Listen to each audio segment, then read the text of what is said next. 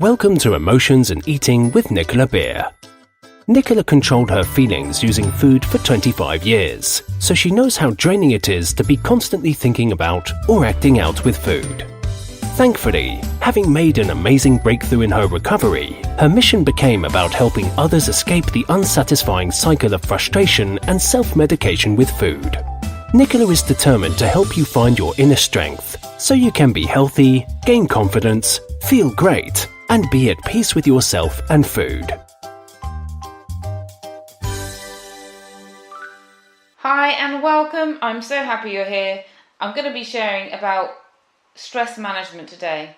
How to deal with stress, how to relieve stress, and give you some tools.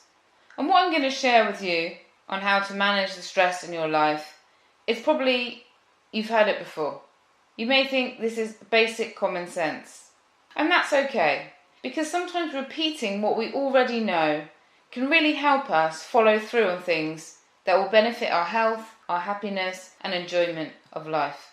It may ignite some inspiration from you, some motivation. Perhaps there's some ideas that you've had but you've been procrastinating on them. You haven't acted on them. And I know in my own life, sometimes where I do hear things repeated, it really benefits me because then I think, right, I'm definitely going to make a plan tonight, I'm definitely going to start that tomorrow, or I'm going to go out and follow that. So it can be really useful. So I'm going to be sharing with you tips that have worked for thousands of people that I've helped to transform their marriage, to change their eating habits, or to overcome any other difficult challenges that can cause stress, anxiety, low self-esteem, depression, etc. So I really hope that something in this will support you too. So I'm going to be sharing some stress management tools. The first one, let's talk about music. When life feels like it's getting too much or a situation has you stressing out more than normal, take a break and listen to some music. It can be something as simple as a song you really enjoy that can help you relax or calm you down. It can be something upbeat to switch you into a positive mood and get into a positive gear. Research has found that playing calm music has a positive effect on your brain and can also help lower your blood pressure. If classical music isn't really your thing, there are ambient songs that sound like the ocean or rain falling that can have a great effect on you. Or I like the forest and the jungle tracks with birds chirping, crickets, waterfalls. And then there's any other music that enables you to let go of stress. For some people this is heavy metal, head-banging music, rock, whatever it is that makes you feel good after. And there are so many apps these days. We can make it possible no matter what we're doing, whether we're in the car, walking, cooking, doing anything else. Personally, I love to play songs that I can semi-sing, or would choose if I was going to do karaoke on holiday. And then I belt my heart out, and it feels really good. It feels really good to sing old songs that I used to sing when I was 18, and just really let them out. Or when I was even younger, when I was wanting to be a pop star when I was like 8 or 9 years old. And so I play those songs, and it just feels good. So that's music. The second one is talk to a friend. Taking a moment to call a friend and just get it out of your system can really do wonders for stressful situations.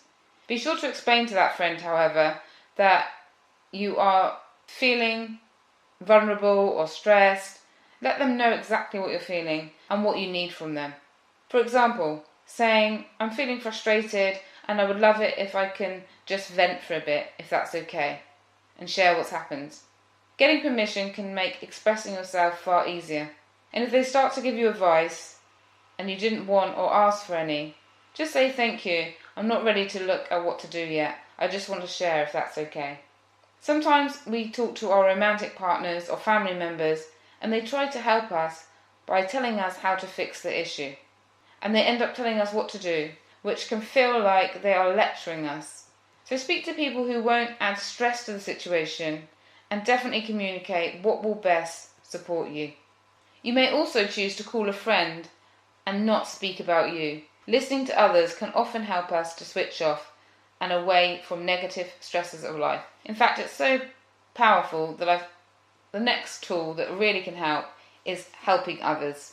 It's obvious, but sometimes when we get so caught up in our own stress, we forget to call or help others. Yet when we listen to other people's problems or go out of our way to help others fix something or do something, we can benefit completely, switching off of ourselves. Is there some volunteer work you can do? Someone you can call to cheer up? Is there a friend or relative in need of a hug or some company? Working as a volunteer for an emotional distress line when I finished university for 3 years was one of the most rewarding things I've ever done. Listening on the phone to people, it really helped me to just really right-size my own problems. And helping others doesn't have to be a big effort or a grand gesture. It can be helping your team at work get promoted. It can be learning new skills and passing them on to others. My granddad is 93 and he goes to old people's homes to keep them company. And he also goes Christmas carol singing over Christmas time and sings them Christmas carols with a group and goes to these old people's homes. And he is often sometimes 10 years older, 13 years older, 15 years older even, than some of the other people in the home. And I'm sure it's what's kept him young. He's always doing things for other people. So I think it can have a really good effect on our enjoyment of life and make ourselves release stress. One of the biggest objections I get to helping others is I don't have time. Yet with time, it's one thing that we all share in common. But I get it. If you've got lots of children, if you've got a heavy job, if you've got a long commute, it can all add up. And it may feel like you really can't do anything. So if you feel that you have no time, then it's definitely a sign to start helping yourself. Because if you can't carve out time to make a phone call to someone, then that probably means that you're not making any time for yourself. So maybe you want to get up 15 minutes earlier or half an hour earlier and sit and read a book or listen to some music or do a bit of exercise or do something for yourself. And sometimes people say that money is tight, that they can't give to charity. And this is where taking on a challenge and fundraising can be a great idea. The next one is talk your way through it.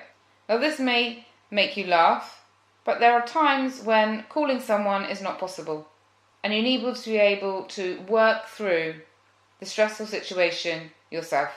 So go somewhere where you're alone and calmly talk to yourself. Reassure yourself. Talk about why you're feeling stressed out. Tell yourself you'll be okay and that everything will be okay as long as you take some actions and move forward.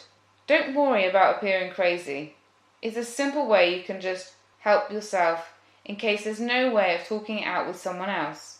Now, I said that this is a funny one, and that's because I must confess for you, I've always talked to myself, ever since I can remember. Especially in my plan for the day, or sometimes what food I was going to eat, or what I need to do about a certain situation. And I find it actually really therapeutic and really helpful.